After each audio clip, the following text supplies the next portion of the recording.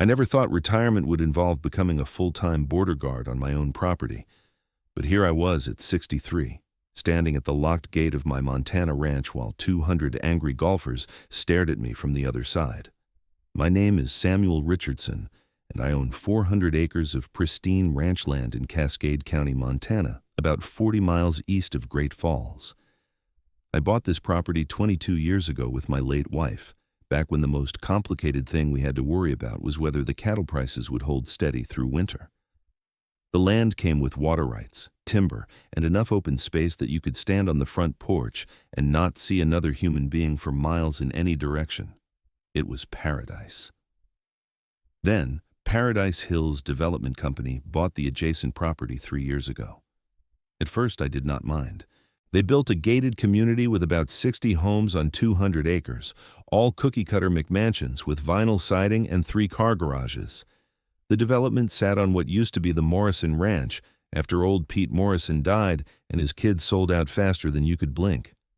I figured live and let live. They had their world, I had mine, and there was a decent fence between us. The trouble started when Brenda Sutherland became the HOA president. Brenda was 52, blonde in that distinctly chemical way, and had the kind of smile that made you check your wallet afterward. She drove a white Escalade with custom plates that read, Ho Queen, which should have been my first warning. But I am a polite man, raised to give people the benefit of the doubt, so when she showed up at my door that first time with a fruit basket and a wide smile, I invited her in for coffee. Mr. Richardson, I just wanted to introduce myself as the new president of the Paradise Hills Homeowners Association, she said, settling into my kitchen chair like she owned the place. We are so excited to have such a charming neighbor. Well, thank you, I said, pouring coffee into 2 mugs. Though I have been here a lot longer than Paradise Hills has. Of course, of course. She waved her hand dismissively. The thing is, we have been getting some concerns from residents about the appearance of your property. I set the coffee pot down slowly. The appearance? Nothing major, she said quickly. Just that some of the fencing is looking a bit weathered, and there are concerns about the livestock smell carrying over during certain wind conditions. This is a working ranch, I said flatly. There are cattle. Cattle have a smell. That is the nature of ranching. I completely understand, Brenda said, though her tone suggested otherwise. We just hoped you might consider keeping the herd on the far side of your property. You know, as a courtesy to the community. I explained as patiently as I could that I had been running cattle on this land for over 2 decades, that the grazing rotation required using all 400 acres, and that frankly, what I did on my private property was none of the HOA's business. She left shortly after, her smile considerably thinner. That was 18 months ago. The harassment started small. First, it was complaints to the county about my access road supposedly creating dust pollution. The county inspector came out, looked around, laughed, and told me Brenda had already called 3 times that month about various violations in the area. Then she reported me to the State Environmental Agency for potential water contamination from cattle waste. Another inspector, another dismissal, another apologetic official telling me I was not doing anything wrong. But Brenda was not the type to give up. She escalated. 6 months ago, I got a certified letter from a law firm in Great Falls. It was thick, official, and full of legal jargon that basically boiled down to this. Paradise Hills HOA claimed they had an easement across my property. According to their deed research, there was supposedly a historical right-of-way recorded in 1947 that gave access through my land to a water source. I took the letter to my own attorney, Marcus Webb, who had handled my wife's estate and various ranch business over the years. He was a short, energetic man with wire-rimmed glasses and a photographic memory for property law. Diaz? This is creative. I will give them that, Marcus said, spreading documents across his desk. The easement they are referencing did exist, but it was abandoned in 1962 when the county built the new water line. It is not active, and even if it were, it would not give them the rights they are claiming. So I can ignore this? I will respond formally, but yes, this is nonsense. What are they really after, Sam? I shook my head. I have no idea. My land is not for sale, if that is what she is thinking. Marcus gave me a look over his glasses. People like this HOA president, they do not always think logically. Sometimes they just want what they want, and they will keep pushing until something breaks. He was right, but I didn't realize how right until 2 months later. I was out checking fence line on the eastern border of my property, the side that ran along Paradise Hills, when I saw the survey crew. There were 4 men with equipment and a woman with a clipboard who was very clearly directing them. I rode my horse Dakota over to see what was happening. "Can I help you folks?" I called out. The woman with the clipboard looked up. She was younger, maybe 30, and had the exhausted look of someone who had been dealing with difficult clients. "We are just doing a survey. We will be out of your way soon." "A survey of what?" "This is my property." "Actually, sir, we are on the Paradise Hills side of the boundary." I dismounted and walked over. Sure enough, they were about 10 feet on the HOA side of the fence line. "What are you surveying?" She hesitated, glancing at her clipboard. "I probably should not say. Client confidentiality." One of the younger guys on the crew was not as discreet. "Golf course," he said, adjusting his equipment. 18 holes. The woman shot him a glare, but the damage was done. "A golf course," I repeated slowly. "You are putting in a golf course?" "I really cannot discuss the project," the woman said. "We are just doing our job, sir." I stood there watching them for another few minutes, then rode back to the house and called Marcus immediately. "They cannot build a golf course up against your property line without notifying you," Marcus said. "There are setback requirements, environmental reviews, and they would need county approval. Let me make some calls." What Marcus discovered over the next week was disturbing. Paradise Hills, HOA, had indeed applied for permits to build a golf course, but not just any golf course. According to the plans filed with the county, the course was designed to wrap around and through what they were claiming as reclaimed easement land. My land. According to their creative interpretation, the old 1947 easement somehow entitled them to use a 50-foot wide strip of my property all along the eastern border. The golf course design showed multiple holes cutting right across my ranch. "This is insane," I said, staring at the plans Marcus had obtained. "How is the county even considering this?" "They are not, really. The county planner I spoke with said the application is incomplete and will almost certainly be denied. But here's the thing, Sam. The HOA knows that. This is a pressure tactic. They file these outrageous claims, force you to spend money on lawyers and time fighting it, and hope you will eventually just sell out to make them go away. I am not selling. I know. But be prepared. This is going to get worse before it gets better." Marcus was right again. Over the next 3 months, I spent more time in county offices and lawyers' meetings than I did on my own ranch. Brenda Sutherland showed up to every single county planning meeting with a folder full of concerns about my property. She claimed my cattle were destroying the natural watershed. She said my truck traffic was damaging historical roads. She even tried to argue that my property should be rezoned because it was creating a visual blight for Paradise Hills residents. None of it worked from a legal standpoint, but it did not matter because while I was busy fighting off her nonsense, she was making progress on something else. I found out about it on a Tuesday morning in March. I was feeding the cattle when I heard engines. Heavy engines. I drove my truck around to the eastern fence line and felt my stomach drop. There were bulldozers on the HOA side, and they were clearing land. Trees were coming down, earth was being moved, and there had to be 20 workers swarming the area. I called Marcus immediately, but there was nothing we could do at that moment. The work was on the HOA side of the property line. They had apparently gotten some of their permits approved through what Marcus later called aggressive legal maneuvering and probably some palms getting greased at the county level. Over the next 2 months, I watched in horror as the golf course took shape. The HOA had hired a major course design company, and they were not messing around.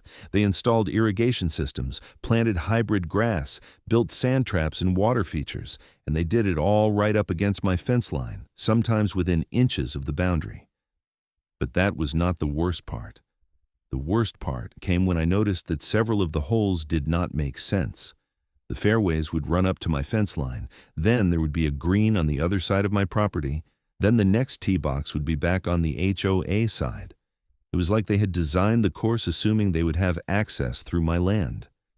I took photos and videos of everything and had Marcus file a formal complaint with the county. But the HOA's response was infuriating. Brenda's lawyers claimed that the course was designed with flexibility and that they were confident the easement issues would be resolved favorably. They are building this thing assuming they will win in court, Marcus told me. This is a multi-million-dollar gamble on their part. Can they do that? They can build whatever they want on their own property.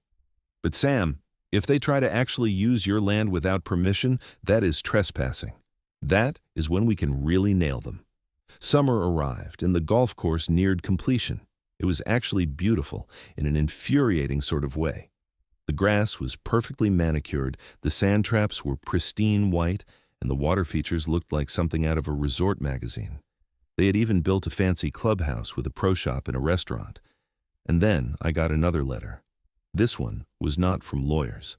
It was from Brenda herself on official Paradise Hills HOA letterhead. Dicky. Dear Mr. Richardson, it began.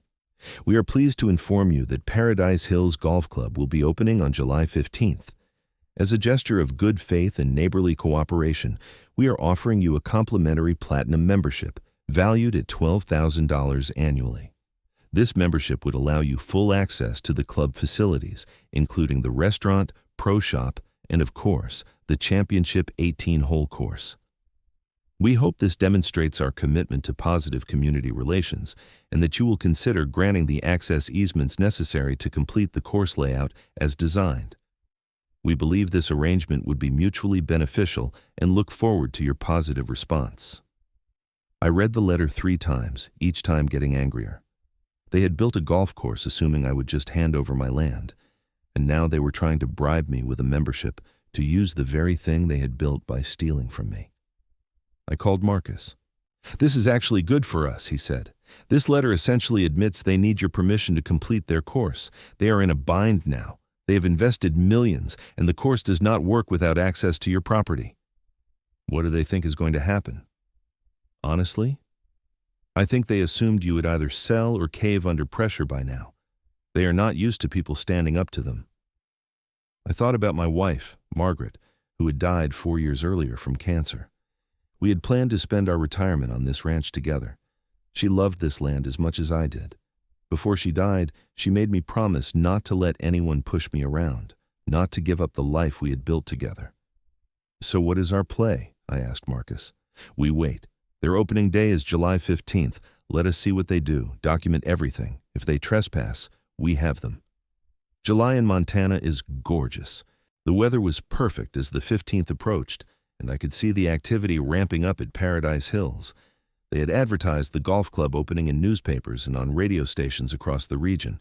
They had sold memberships to people in Great Falls, Helena, even some folks from out of state who had vacation homes in the development. I spent the week before opening day making my own preparations. My property had 5 access points that bordered Paradise Hills. There were old ranch roads and paths that crossed back and forth over the boundary line in a few places, mostly because of how the original surveys had been done decades ago. These were not easements, just the natural flow of land that happened when 2 properties shared a long border. I bought 5 heavy-duty chain and padlock sets from the farm supply store in Great Falls. I also bought no trespassing signs, at least 24 of them, all clearly marked with Montana state law citations about private property. On July 14th, the day before opening, I spent the afternoon on horseback, riding the entire eastern boundary of my ranch. I took my camera and documented everything.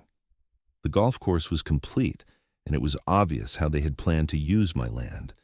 3 of the holes literally required crossing my property to get from the tee to the green. Another 2 holes had greens that were accessible only by cutting across the corner of my ranch. Without access to my land, the course was essentially 5 disconnected segments. It was not playable as designed. That evening, I sat on my porch with a beer and watched the sunset over the mountains to the west. My neighbor's land to the south, old Tom Brennan's place, was quiet.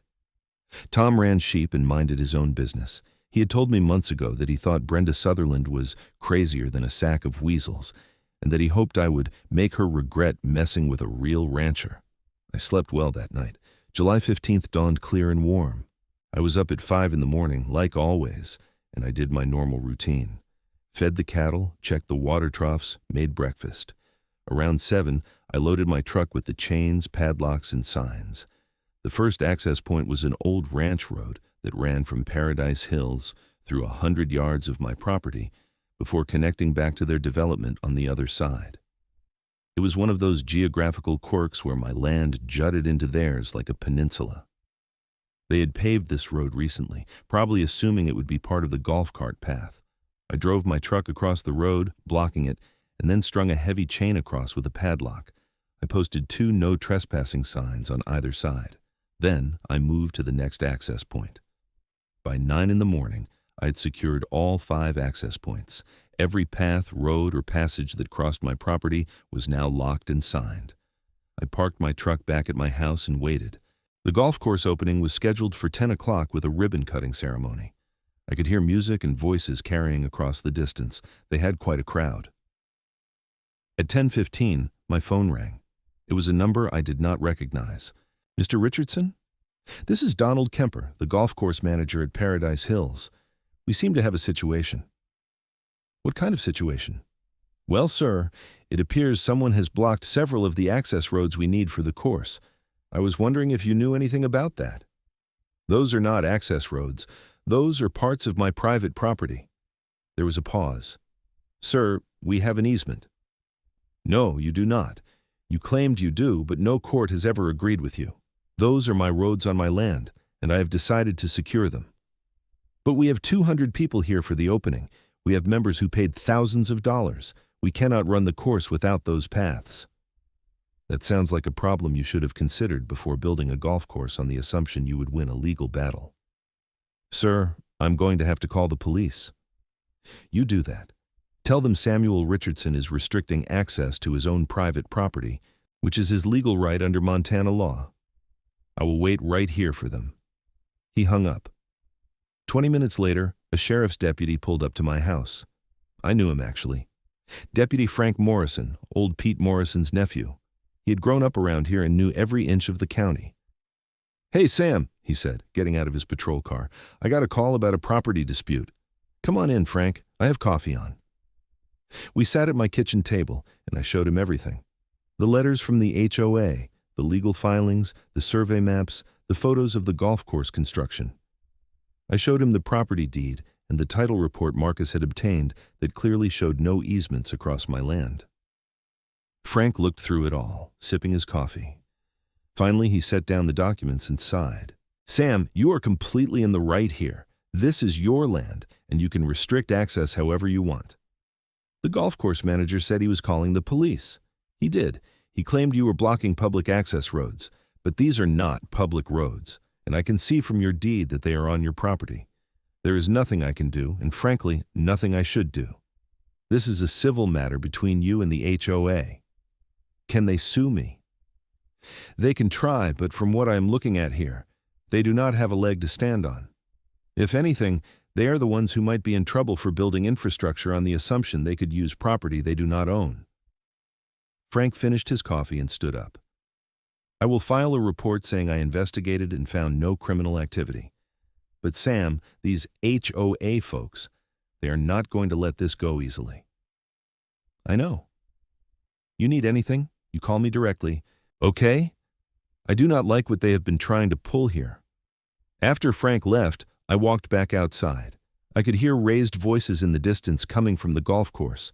I imagined Brenda was having a very bad day. I was right. At 2 in the afternoon, a convoy of 3 vehicles came down my driveway. Brenda's white Escalade was in the lead, followed by 2 other expensive SUVs. I was sitting on my porch, and I stayed sitting as they pulled up. Brenda got out first. Her face was red, and she was practically vibrating with anger. Behind her came 2 men in polo shirts with Paradise Hills logos and a woman I did not recognize carrying a briefcase. Mr. Richardson, what you did today is completely unacceptable. Brenda started without preamble. Good afternoon, Brenda. Can I help you with something? You locked us out. We have a golf course opening, and you locked the gates. I secured my private property. That is my right. We have an easement. No, you do not. You have claimed you do, but no judge has ever agreed with you. If you had an easement, you would have a court order saying so. Do you have a court order? The woman with the briefcase stepped forward. Mr. Richardson, I am Susan Palmer, the HOA's attorney. We are prepared to file an emergency injunction to force you to open access immediately. You are welcome to try. My attorney is Marcus Webb in Great Falls. I am sure you know him. Susan's expression tightened. She did know him. Marcus had a reputation. One of the men in polo shirts, who introduced himself as Kevin Harrigan, the golf club president, tried a different approach. Mr. Richardson, please be reasonable. We have invested over $4 million in this facility. We have members, commitments, a staff of 30 people whose jobs depend on this. Surely we can work something out. You should have worked something out before you built the course. You assumed I would just roll over and let you take my land. That was a bad assumption. We are offering you a platinum membership free for life, Kevin said. That is worth hundreds of thousands of dollars over time. I do not play golf, and I would not play on your course if you paid me. You built this thing to harass me, to force me to sell. Now you are realizing you made a very expensive mistake. Brenda's voice rose to a near shout. You are doing this out of spite. You are a bitter old man who cannot stand to see progress. I stood up slowly. I am 6'2" and spent 40 years doing ranch work. I do not need to yell to make a point. Get off my property, right now. Do not come back without a court order. If you set foot on my land without permission, I will have you arrested for trespassing. Are we clear? They left, but I knew this was far from over. The next week was chaos. The HOA filed an emergency motion in district court seeking an injunction to force me to allow access.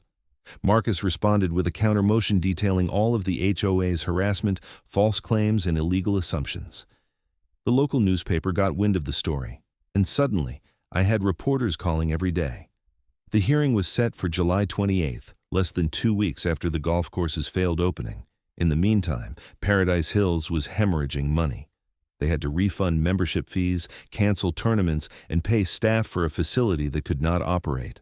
According to one report in the Great Falls Tribune, they were losing over $20,000 per day. Marcus warned me they would come at me hard. They are desperate now. Desperate people do stupid things. He was right. On July 23rd, I was out checking cattle in the southern pasture when I got a call from Tom Brennan. Sam, you better get back to your place. There are trucks cutting through your fence line. I raced back in my pickup, and sure enough, there was a construction crew actively cutting my fence and building a road. They had a grader, 2 dump trucks, and about 6 workers. I pulled up and jumped out. What the hell do you think you are doing? The foreman, a heavy-set guy in a yellow vest, looked up. We are building an access road. We have authorization from Paradise Hills HOA. This is my land. You are trespassing. Look, buddy, I'm just doing my job. You have a problem. Take it up with the HOA. I pulled out my phone and called 911.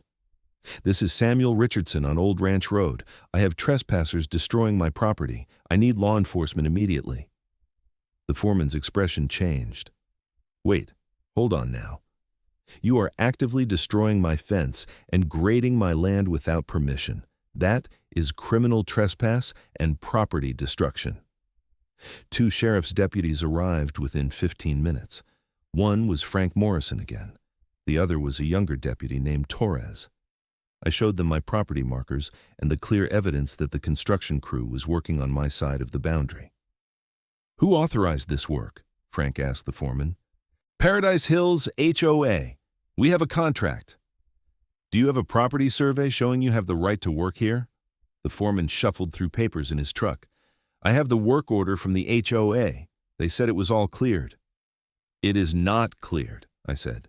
This is criminal trespass and property damage. Frank looked at the damaged fence and the fresh grading. Sir, you are going to need to stop work immediately. This is clearly private property, and you do not have the owner's permission. But the HOA said, the HOA does not own this land. Stop work now, or you will all be arrested. The crew packed up and left. Frank took photos and wrote up a detailed report. Sam, this is bad. They are getting reckless. You should document everything and consider pressing charges. Against the construction company? Against whoever ordered this. If the HOA told them to do work on your property without permission, that is criminal conspiracy to commit trespass and property damage. Marcus was ecstatic when I told him. This is exactly what we need. They just handed us a case. The hearing is in 5 days, and we can show the judge they are actively trying to seize your property by force.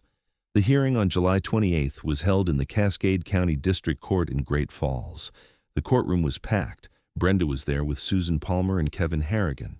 There were also several Paradise Hills residents, apparently there to support the HOA. On my side was Marcus and me, along with Tom Brennan, who had offered to be a witness. Judge Harold Martinez presided. He was in his 60s, a former rancher himself who had gone to law school later in life.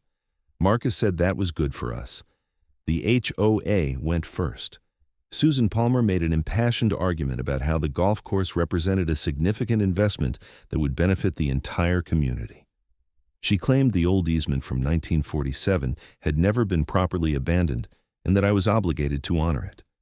She showed photos of the golf course and testimony from members about how much they had paid and how disappointed they were. Then Marcus stood up.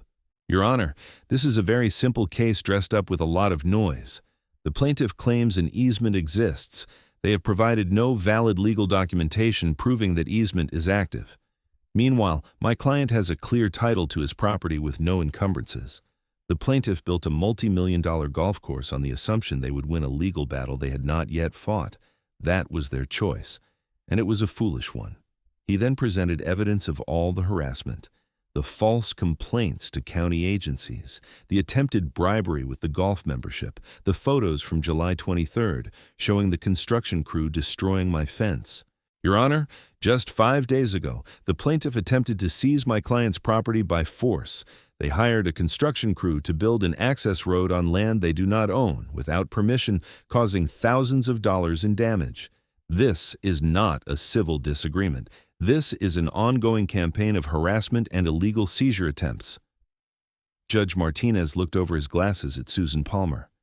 Counselor, did your client authorize construction work on the defendant's property on July 23rd? Susan hesitated. Your Honor, there was a misunderstanding about the boundary line. Was there a survey confirming your client had the right to build there? We were relying on our understanding of the easement, an easement that you have not proven exists, an easement that no court has ever validated. You sent a construction crew onto property you do not own without permission to build an access road. Is that correct? It was an error in judgment, Your Honor. Judge Martinez was not amused. He spent the next hour going through every document, every map, every piece of evidence. Finally, he set down his papers and delivered his ruling.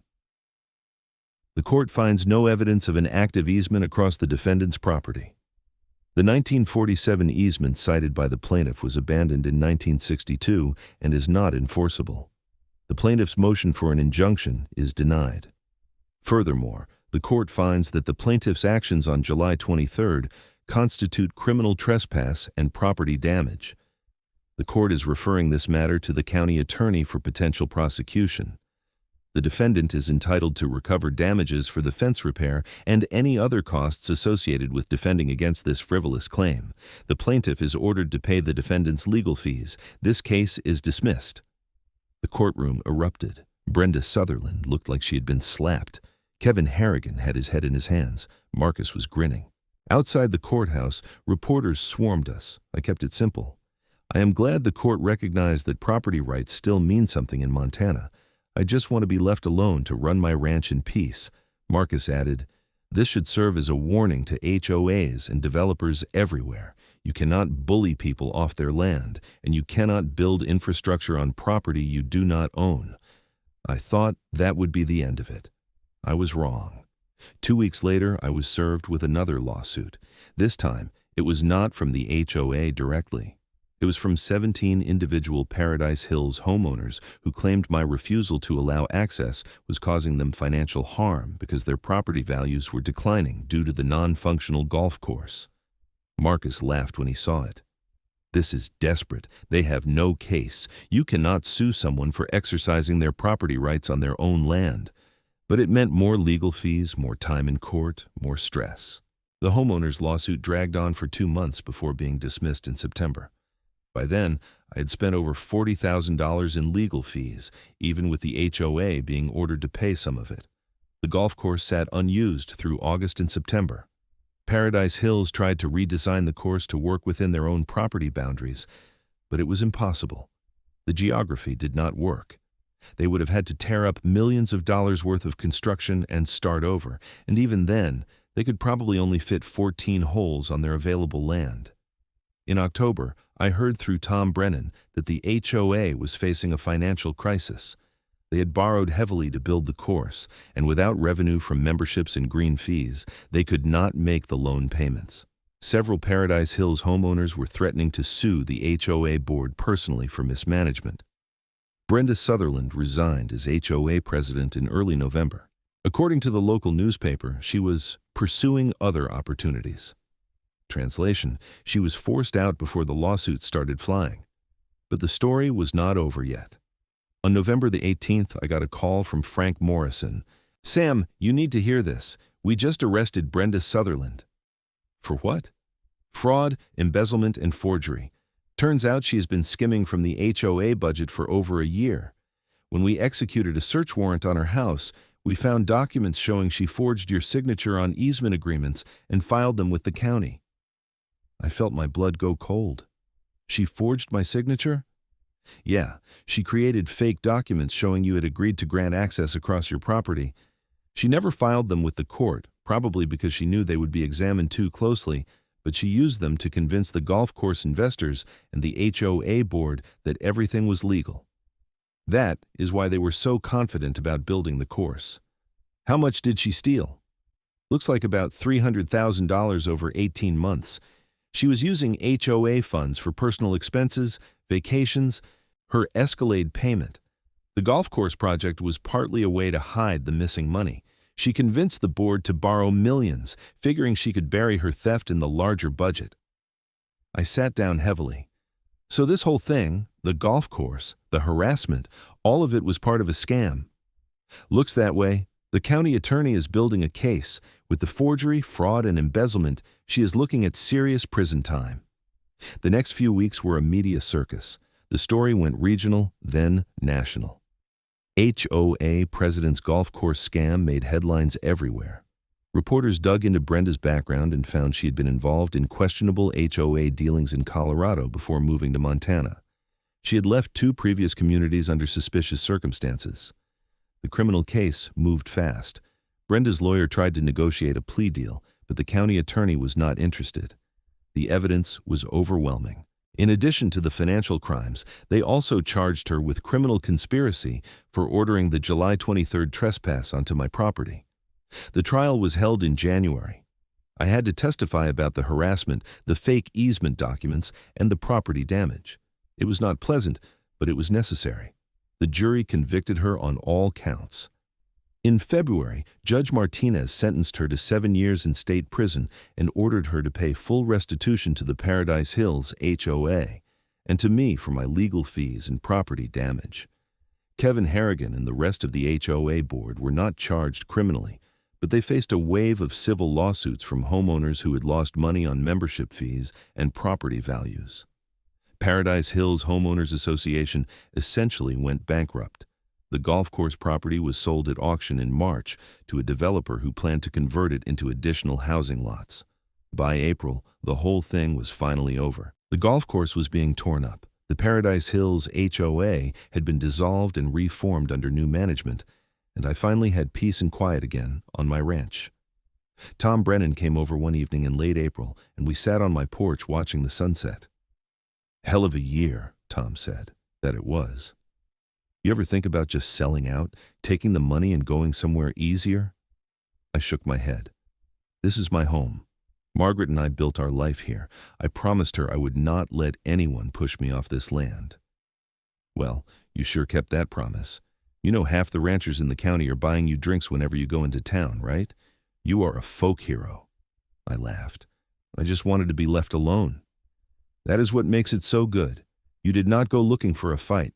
They brought it to you and you stood your ground. We sat in comfortable silence for a while.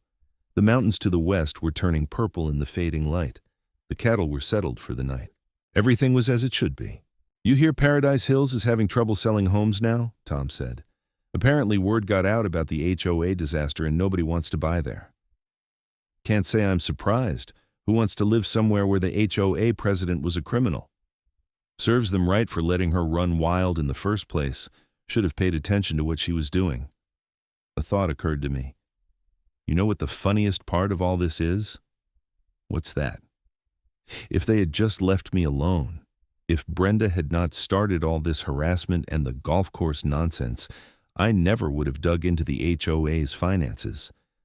Frank Morrison said they only got a warrant to search her house because of the forged documents related to my property. If she had not been trying to steal my land, she probably would have gotten away with embezzling that money.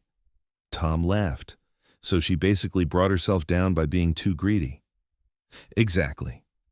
We finished our beers as the stars came out. The night was clear and cold, the way Montana nights are supposed to be. Somewhere in the distance, a coyote howled. Dakota whinnied from the barn. Normal ranch sounds, good sounds. You staying for dinner? I asked Tom. If you were cooking. I'm always cooking. It's just a question of whether it is edible. We went inside, and I made steaks from my own cattle and potatoes from Tom's farm stand. We ate and talked about normal things, weather, cattle prices, the Broncos' chances next season. It felt good to have life return to normal. Later that night, after Tom went home, I stood on the porch one last time before bed. I looked east toward where Paradise Hills sat, quiet now in the darkness. The golf course was gone, the troublemakers were gone, and my property was still mine. I thought about Margaret, about the life we had planned, and the years we had lost when she died. I thought about all the trouble of the past year, the stress and the anger and the legal battles. But mostly, I thought about the fact that I was still here, on my land, living the life we had built together. I kept the promise, I said quietly to the night. Nobody pushed us off our land. The wind rustled through the pines, and somewhere out in the darkness, my cattle settled down for the night. 400 acres of Montana ranch land, still mine, still free, still home. I went inside, locked the door, and went to bed with a clear conscience. The following months proved that the worst was truly behind me. In May, I received a check for $87,000 representing my legal fees, property damage repair, and additional compensation ordered by the court.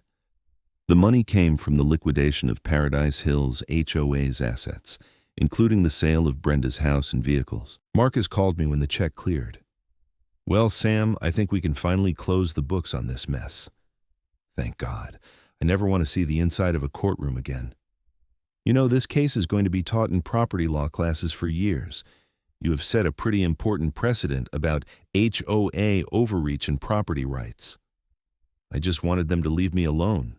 And you made sure every other HOA in Montana knows they cannot pull this kind of stunt. That is worth something. I used part of the settlement money to build a new barn. The old one had been deteriorating for years, and Margaret and I had always talked about replacing it. It felt right to do it now, like I was completing something we had started together.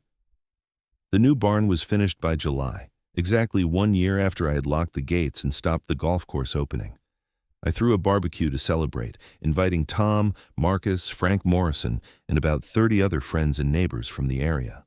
We roasted a whole pig, drank beer, and told stories late into the night. Frank pulled me aside at one point. You hear Brenda's trying to appeal her conviction? I did. You think she has a chance? Not a snowball's chance in hell. The evidence was too solid. She will serve her full sentence, probably longer since she is not showing any remorse. Good. She earned every day of it. You know what really gets me? Frank said. If she had just been honest, if the HOA had just approached you as neighbors and asked nicely about maybe purchasing an easement or working out some kind of arrangement, you might have considered it. I thought about that. Maybe. I mean, I still do not think I would have wanted a golf course running through my property. But who knows? If they had been decent about it, if they had respected my rights, we might have found some kind of compromise. Instead, they tried to bully and steal, and they lost everything. Pride comes before the fall, Frank said. Ooh, that it does. By August, Paradise Hills had stabilized under new management. The new HOA board was much more conservative, focused on basic community maintenance rather than grandiose projects. Several of the old board members, including Kevin Harrigan, had been sued personally by homeowners and settled out of court. The community's reputation was damaged, but it was slowly recovering. I ran into one of the Paradise Hills residents, a man named Jim, who I had met briefly during the court proceedings at the feed store in town. "Mr. Richardson," he said, approaching cautiously, "I just wanted to apologize." "For what?" "For not speaking up sooner. A lot of us thought what Brenda was doing to you was wrong, but we did not say anything. We just let it happen." "Well, it is over now." "I know, but still. You should not have had to fight that battle alone. We should have stood up to her earlier, before it got so out of hand." I appreciated his honesty. "The important thing is you know now. Keep an eye on your HOA board. Do not let anyone accumulate too much power without oversight." "Oh, we have learned that lesson. The new bylaws require financial audits every quarter and board votes on any expenditure over $5,000. We are not getting fooled again." That September, I got a letter from a woman in California. Her name was Dorothy Chen, and she was fighting her own HOA battle over a similar property rights issue. She had read about my case and wanted advice. I called Marcus and asked if he would talk to her. "You becoming a property rights advocate?" he asked, amused. "I just know what it is like to feel helpless against an HOA that thinks it can do whatever it wants. If my case can help someone else, that's a good thing." Marcus did consult with Dorothy's lawyer, and from what I heard, they successfully fought off her HOA's attempt to seize part of her property for a community playground. My case was cited in their legal briefs. Fall turned to winter, and the Montana cold settled in. I spent my days doing the usual ranch work, keeping cattle fed, breaking ice on water troughs, maintaining equipment. It was hard work, but it was honest work, and it was mine. On Christmas Eve, I was sitting by the fire when my phone rang. It was an unknown number, but I answered anyway. "Mr. Richardson? This is Carol Sutherland, Brenda's sister." I was surprised. "Okay. I know you have no reason to talk to me, but I wanted to apologize for what my sister put you through. She has always been like this, chasing big schemes, cutting corners, hurting people. I tried to warn the Paradise Hills board about her history, but they would not listen." "Why are you calling me now?" "Because Brenda is still blaming everyone but herself. She calls me from prison and talks about how unfair her sentence is, how you set her up, how the judge was biased. She has learned nothing. And I just wanted you to know that not everyone in our family is like that. Some of us believe in doing the right thing." "I appreciate that, Carol. I really do." My sister destroyed a lot of lives with her greed. Yours, the Paradise Hills homeowners, even her own family. I just hope one day she realizes what she did. After we hung up, I sat staring at the fire for a long time.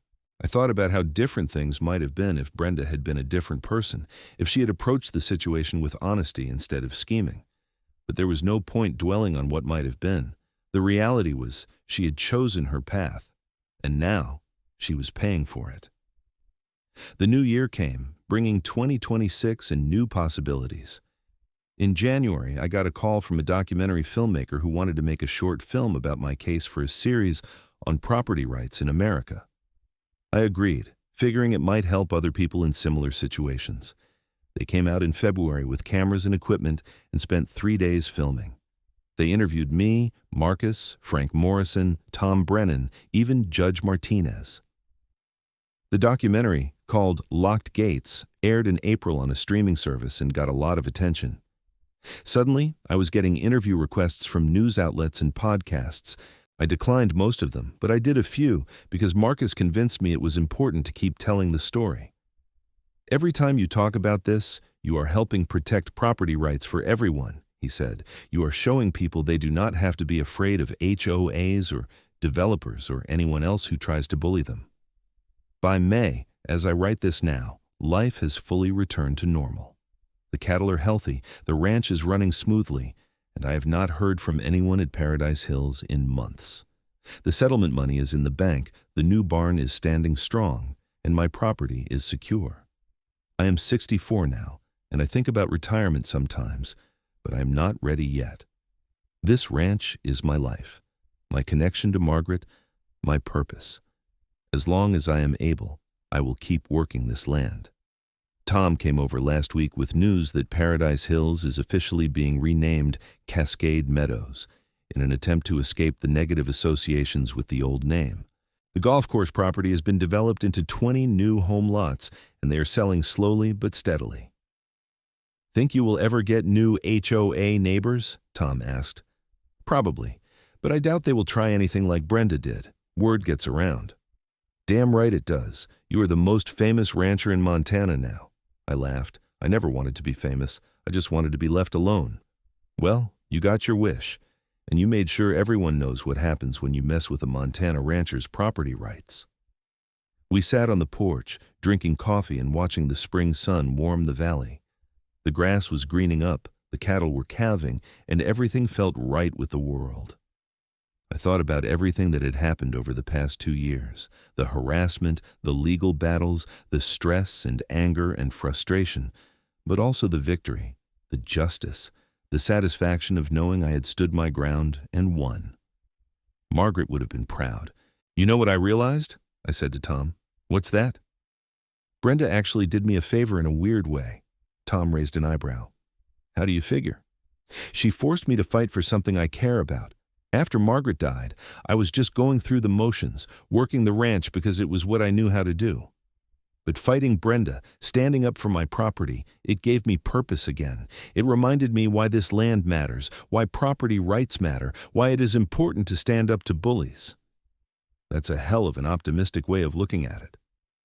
"I'm not saying I am grateful for what she did, but I'm grateful I found out I still have fight left in me, that I am not just some old man waiting around to die. I am a rancher. This is my land, and I will protect it." Tom clinked his coffee mug against mine. "Damn right you will." As the sun climbed higher, I thought about the future. The ranch would need work. Always did. There would be fences to mend, cattle to care for, equipment to maintain. But there would also be quiet mornings like this with good coffee and good friends and the satisfaction of knowing this land was mine. 400 acres of Montana ranch land, hard won and well defended. No golf course, no HOA, no Brenda Sutherland. Just open space, clean air, and the freedom to live life on my own terms. That night, I stood on the porch one last time before bed, looking out at the stars. They were brilliant, undimmed by city lights stretching from horizon to horizon, the same stars Margaret and I used to watch together, the same stars that had seen generations of ranchers work this land. I thought about the locked gates, still there at the 5 access points, though nobody had tried to open them in months. They were symbols now, reminders that this property had boundaries, and those boundaries meant something. In the distance, a coyote howled. Dakota answered with a snort from the barn. The wind rustled through the new barn's fresh timber. Everything was as it should be. I went inside, poured myself one last cup of coffee, and sat down to write this all out. Not because I needed to, but because Marcus suggested someone should document what happened from my perspective. "For the record," he said, "for history." So here it is, the story of how an HOA put 18 holes on my ranch land and how I waited until opening day and locked every gate. The story of standing up to bullies, fighting for property rights, and winning against all odds. But more than that, it is a story about home, about the land that shapes us, the promises we keep, and the principle that a person's property is sacred. It is about knowing when to stand your ground and having the courage to do it. I finished my coffee, closed my notebook, and went to bed. Tomorrow would bring new work, new challenges, new days on the ranch. But tonight, I slept peacefully, knowing I had fought the good fight and won. The gates stayed locked, the ranch stayed mine, and life went on exactly as it should. Sometimes justice prevails. Sometimes the little guy wins. Sometimes standing your ground is enough. And in Montana, under the big sky, on 400 acres of ranch land that nobody could take from me, that was all I needed.